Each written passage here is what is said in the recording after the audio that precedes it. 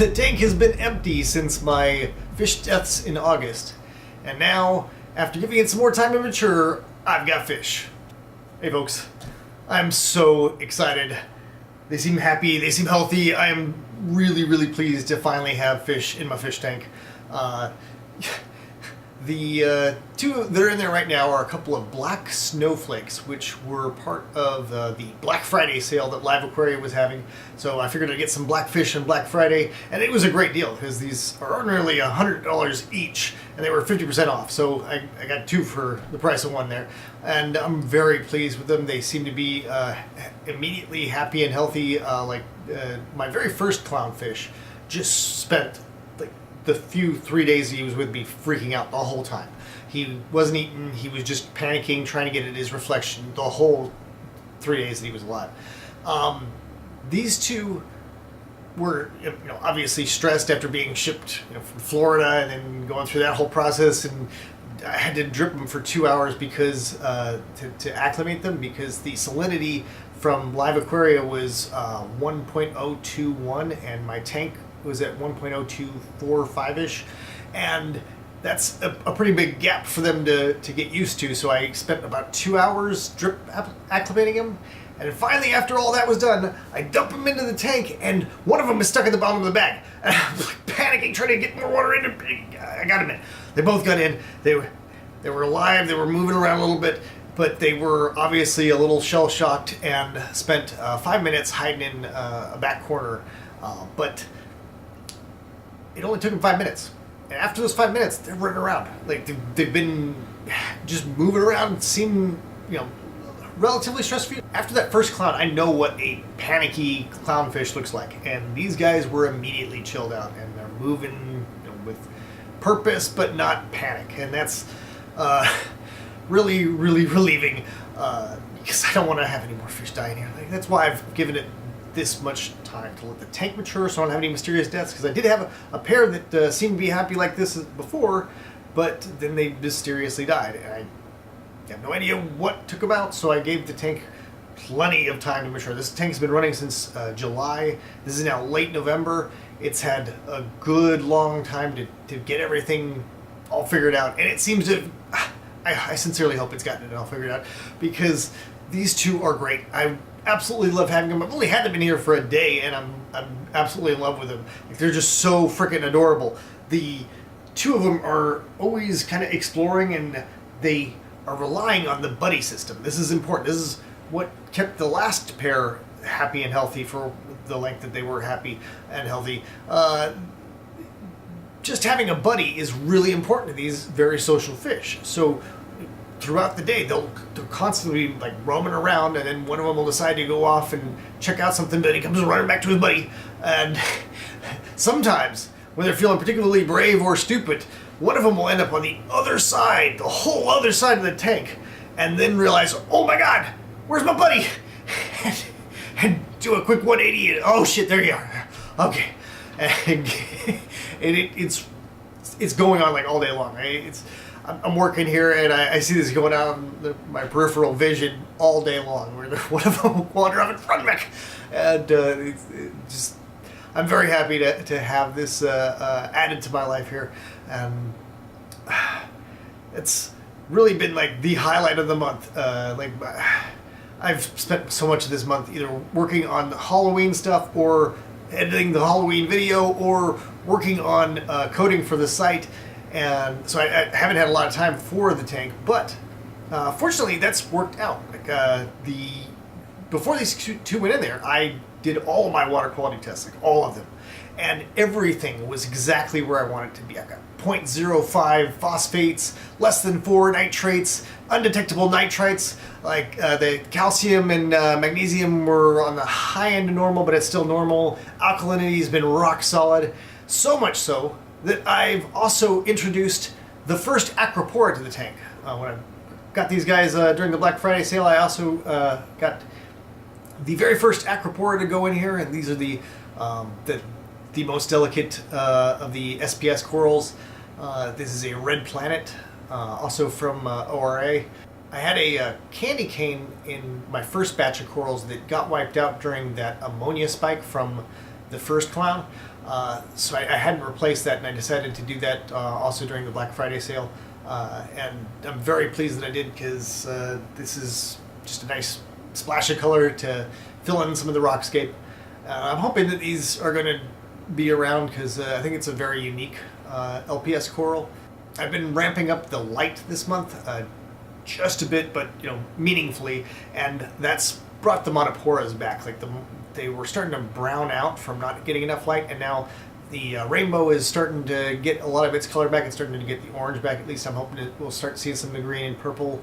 And the monopora below that, the stellata, was looking a little weird. But now the polyps are all fully extended, and it seems happy, and I'm very glad for that, because I think that's going to have a great growth pattern when that starts to branch out.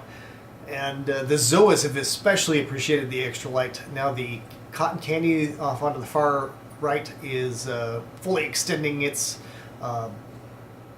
itself. And the green gauntlets in the center are also doing quite well, with additional heads starting to sprout, which is very exciting to see. That weird Goniopora that had half bleached and half died is actually doing great. Like, I guess the extra flow really was important for it, because now it is finally stopped bleaching, and like the parts that bleached out are definitely dead, and you can see algae growing all over that. But the parts that didn't die did not continue to die. The little polyps are out there, fluffy and happy, and I'm very pleased to see that, because I want to see what this looks like when it grows out. And the other Goniopora that thinks it's a Cephastria has been iffy, but still alive. Like I've tried lowering it further in the tank now that I've got more light in there. It still doesn't seem to be very happy. I'm thinking about putting it in a shaded area altogether and see how it reacts there. It's a challenge to find a place that's both shaded and getting the amount of flow that it seems to want. But I'm keeping a very close eye on that, because that's also a really gorgeous coral that I want to keep alive. The actual Cephastria seems to be growing quite well, although slowly. I'm expecting it to start to grow a little faster. No real change on the Leptocerus, but the Stylophora that I had put down in the Zoa garden had started to show some rapid tissue necrosis, and I wasn't sure what could possibly be causing that, because obviously that area is getting lots of light if the Zoas are happy, and they were so happy at this time. And it was getting tons of flow. Like you could just see the flow pushing around the polyps, and that's important, right? It's getting all the exchange and nutrients and stuff that it needs, but something was causing it to rapidly necrose. And I tried moving it up to an area where it's getting even more light and even more flow, but that did not save it or slow down the tissue necrosis. Maybe it was too late for it. I don't know. I'm going to stop putting SPS on that rock, because that's the second to die down there. I don't know. I honestly cannot figure out how that's happening, especially with the amount of flow and light that's getting down there with the second power head now. And as always, the Duncans are absolutely as happy as can be. Like the big Duncan is getting really big.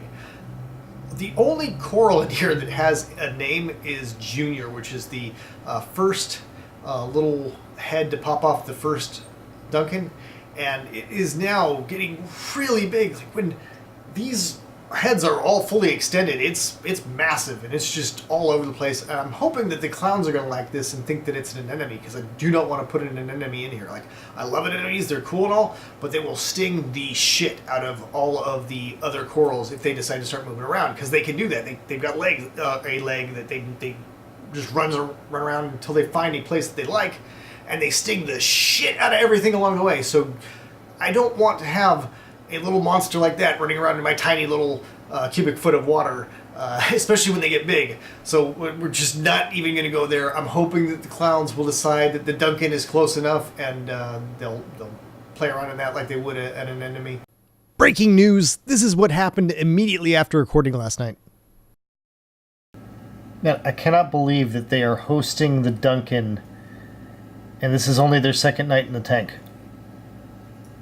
The Duncan isn't happy about this, but I am fucking amazed. Just completely ecstatic. Wasn't the Duncan happy? It's going to have to get used to the clowns, and it will But right now it's like, what the hell keeps batting into me? But this is really cool. It's a fun kind of symbiotic relationship that they have. And when the clowns feel like that's their home, they're going to start feeding it. Like whenever they get food, they'll share the food with the Duncan.